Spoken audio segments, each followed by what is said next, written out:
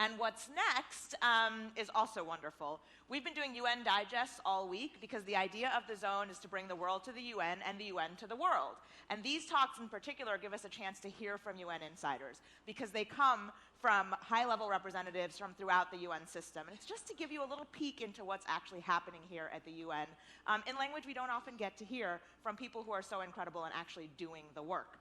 I can already tell you're going to love our next speaker, so I'm just going to get her up here on the stage to do our very first UN Digest of the day.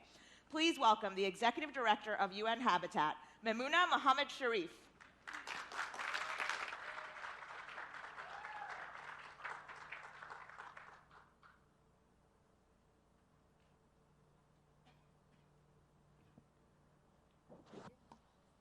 Standing or I think I stand. Thank you very much. It's a very good morning. Good morning. Wow, this room is full of energy. Let me introduce myself. I'm Maimuna Mohammed Sharif, the Executive Director of UN Habitat, headquarters in Nairobi, present in 4 regions. In Asia is in Fukuoka, our office. In Latin America, in Rio. In Arab states, in Cairo. Of course, in Africa is in Nairobi plus our headquarters. We have a regional office and also liaison office. And we are country present in 93. What is UN Habitat? Any of you knows what is UN Habitat? Put up your hand. 1, 2, 3. Okay, I think it's my duty to explain what is UN Habitat. UN Habitat was formed in 1976 as a program, as a project, but now it's a program. And it's been increased in the mandate after the new urban agenda in Quito in 2016, dealing with cities, especially the SDG 11, to make cities safe, resilient, inclusive, and sustainable. That is our work. And we are working together with all levels of government, from the national, regional, from the local, from the communities, and with all of you in front of me here. And we're also doing the vertical integration and horizontal integrations. And now I think when you talk about cities, I think everybody knows cities is the engine of growth. Cities is for the people, correct? Cities is for people, for the cities. And at the same time, cities is also a problem, a challenges for everybody. And cities is also a solution and a creation. So I think this is very important for us to work, to look cities as one ecosystem, holistic, integrated ecosystem. And while we mentioned about ecosystem and network, that is very, very complicated. And SDG 11 to me is the docking station for all the 17 SDG. Because things happen on the land or on the sea physically.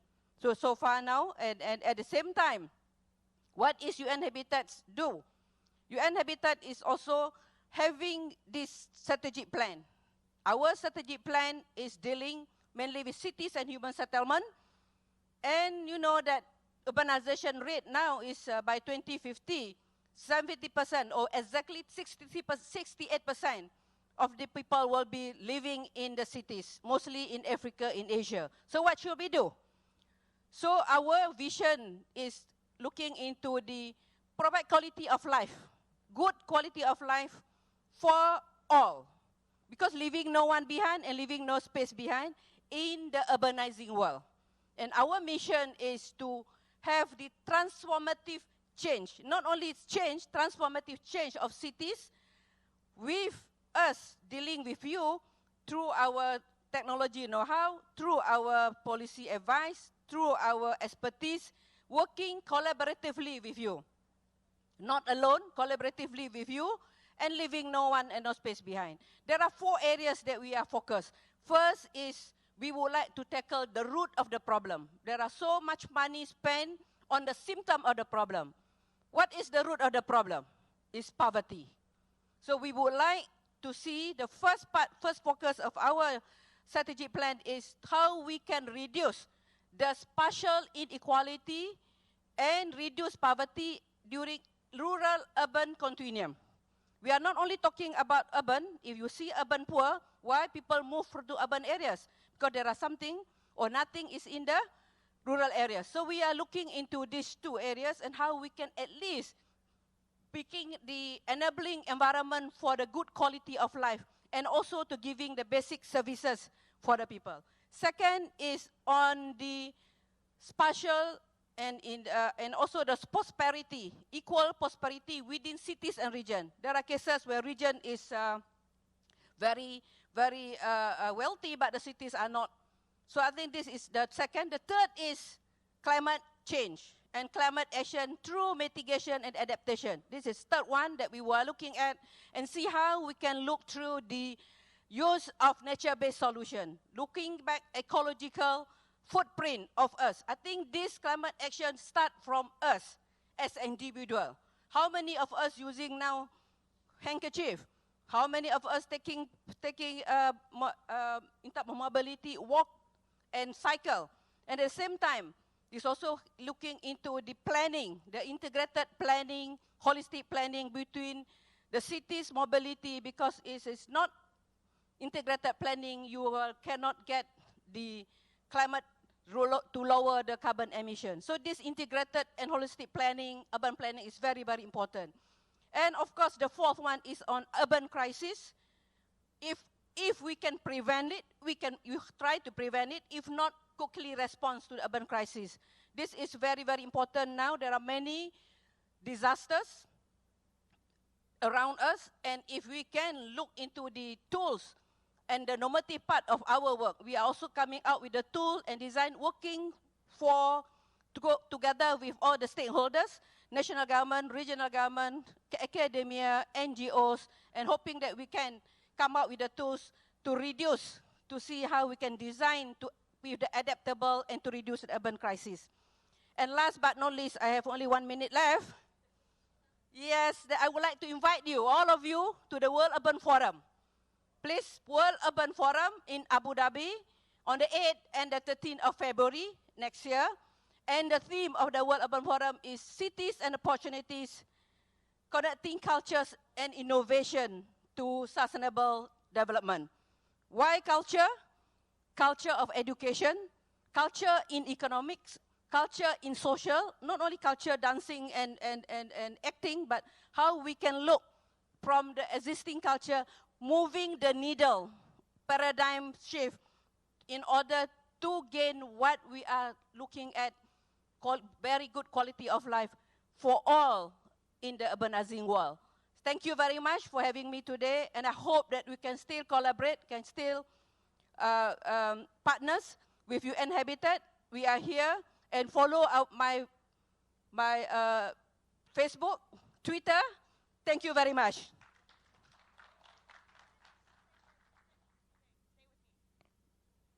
Maimuna Mohammed Sharif. I have to ask though, where should they follow you? What is the handle? They should Twitter Maimuna Sharif. And for the Facebook, it's Executive Director of UN Habitat. Excellent. And what calendar date are they marking for next year again? I like to underscore these things because you were invited. You should be able to come. Yes, the calendar, the immediate calendar is Urban October, 7th of October and 31st October for the World Cities Day. World Habitat Day is 7th of October. And the next one is World Urban Forum. This is for you. 8th February until 13th of February 2020 in Abu Dhabi. So we'll see you in Abu Dhabi. Yes, thank you thank you so much. Alrighty, thank you. It's so fun up here. It's like a little party. We are going to take a little break and be back with another great talk in just a few minutes, so don't go far. Are you having fun? Very good. All right, see you in a bit.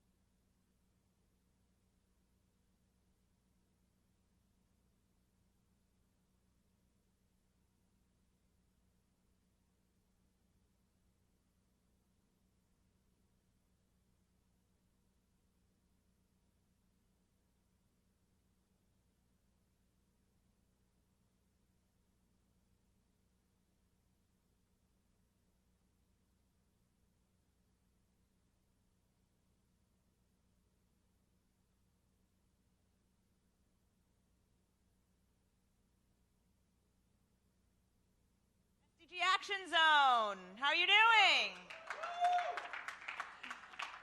We have another exciting UN Digest for you. We don't do final days here. The final day is as amazing as the first day, is it not? Yeah. So up for our next UN Digest, which again are insider talks from senior representatives from throughout the UN system, and hopefully are not just bringing the world to the UN, but the UN to the world. This is going to be an exciting one, and it's especially pertinent to our themes today. So please welcome, he is the former president of the General Assembly and former permanent representative of Fiji to the United Nations, and now the UN Secretary General's Special Envoy for the Ocean, Peter Thompson. Thank you very much, ladies and gentlemen. Let me start by saying that if we want to have a healthy planetary ecosystem, and obviously we do because we require it for our survival, we've got to have a healthy ocean ecosystem. The bad news is we are doing our best to destroy that ocean ecosystem, and I'll go into that in a moment in running through SDG 14. But you would have all read the recent IPCC reports, the 1.5 report, and this week the Ocean and Cryosphere report. Very important that everybody knows what those reports are saying, because they're actually doomsday reports if we don't start doing the right thing by our relationship with the planet. That's a very big if, but it's a very doable thing for us to rethink our relationship with nature. Very doable. Only apathetic people, or I struggle for the words sometimes, the kind of people that don't accept the truth and don't perhaps care too much about their grandchildren's security. So what did we do about this predicament, the decline in the ocean's health, the death of coral, rising sea levels, changing ocean currents, migration of species? You know about all the things that those reports tell you. What did we do about this back in 2014 when we were putting together the Sustainable Development Goals? We from the Pacific Islands and the other small island developing states around the world, and increasingly with other coastal states, pushed for the inclusion of an ocean goal in the Sustainable Development Goals, and that is SDG 14, of course. It would amaze you to know that there was very big opposition to us doing that, but we persevered. SDG 14 came into action, and when I was president of the General Assembly, we held the first UN Ocean Conference up there in that grand building to support the implementation of SDG 14, so that it wasn't just a pile of nice words. The UN General Assembly has now mandated the holding of the second UN Ocean Conference in Lisbon next year. Very important that we keep the world's feet to the fire in terms of that implementation of the ocean's goal. So what's in the ocean's goal? SDG 14.1 is about marine pollution. And if you think about the fact that nutrient pollution coming down rivers from our agricultural systems is creating dead zones in the ocean where there is no life at all. There's 500 of them identified now. Huge zones where there is no life because of eutrophication, excess fertilizers coming down those rivers, along with all the urban detritus, particularly plastic. And if you haven't caught up on what this plastic plague that's been unleashed on our world is doing to us, the fact that nanoplastics are in the microfauna that are being eaten up the food chain and ending up on our plates, and the fact that nanoplastics can cross the blood-to-brain barrier, for example, or the placenta barriers and so on. I mean, the world's got to wake up to that. We've got, like the tobacco wars we had in the past, well, we've got the plastic wars coming on us now, because the plastic industry is continuing to expand and grow. It's not going away, and don't succumb to the greenwashing that you hear in that regard. Then you've got 14.2, which is all about better management of coastal ecosystems, marine systems, and that's very closely tied to what I just said there. But there's good progress on that. I think governments are waking up to the fact they've got to have marine spatial planning the way they have planning for land. And then 14.3, of course, ocean acidification. Ocean acidification gets to that, what I said before about the decline of the ocean's health. The really serious things are ocean acidification, deoxygenation, in other words, less oxygen below the waves, and ocean warming, which is, death of coral and so on. Those three are exacerbating. Every time a scientific report comes out, it's worse than it was before. And we have one common enemy for those three things, just one enemy for those three things, and that's our greenhouse gas emissions. So if we want to have a healthy planetary ecosystem, a healthy ocean ecosystem, and therefore, healthy lives for our grandchildren, we have to cut those greenhouse gas emissions immediately and get to that net zero carbon world by 2050. Then you get to 14.4, which is fisheries, better management of our fish stocks. 33%, this is FAO figures, 33% of our wild fish stocks are being driven to extinction. They're beyond sustainably, biologically sustainable limits that are being fished. So we've got to correct that, obviously. And the other targets, I see I'm running out of time, so I'll speed up here. Fisheries subsidies, we give $20 billion, more than $20 billion of your and my money, public monies, to industrial fishing fleets to go out and chase those diminishing stocks of wild catch. I mean, what sort of human insanity is that? Let's take that $20 billion and put it to alternate lives for the coastal people, sustainable aquaculture and so on, resilience building against rising sea levels, all that stuff. So much better spend than giving it to those industrial fleets to go out to the other side of the world, many of them stealing from EEZs and certainly from nature. Again, there's $23 billion worth of illegal fish ending up on our plates all the time. Look, I've got 30 seconds to go, so I'll say this: trust science. You've heard that on the streets, but we've known that for a while. It's in SDG 14 that we must upscale science, ocean science, and that's why the theme of the UN decade the theme for the UN conference, Ocean Conference next year in Lisbon, is the upscaling of science, and that leads into the UN decade for ocean science. And I really want to give a shout out to that decade, because that's going to give us the facts and figures that are going to be necessary to make those very hard decisions that we're going to have to make by around about 2030 in terms of how we relate to the planet. I see my time is up, so it's been a pleasure talking to you all. I want to end on a note of hope. I'm a grandfather. I do this for my grandchildren. I have absolutely no doubt that through science and innovation and political will, that we will overcome those problems which I was highlighting in my talk. Thanks for listening. Have another huge hand for Peter Thompson. Can we ask you, you wanted to highlight the Decade for Ocean Science. How do we support those efforts here in the room and out on the live stream? I think that message that you're hearing on the streets is so important. I mean, Greta said it the other day. She said the reason we're on the streets is because of science. And the fact that governments are not reacting quickly enough to that science. A lot are. I have to say, I'm in a different country every week talking ocean action, and I'm very impressed, especially in developing countries, the way that governments are reacting. But, it's important that that message on the streets continues.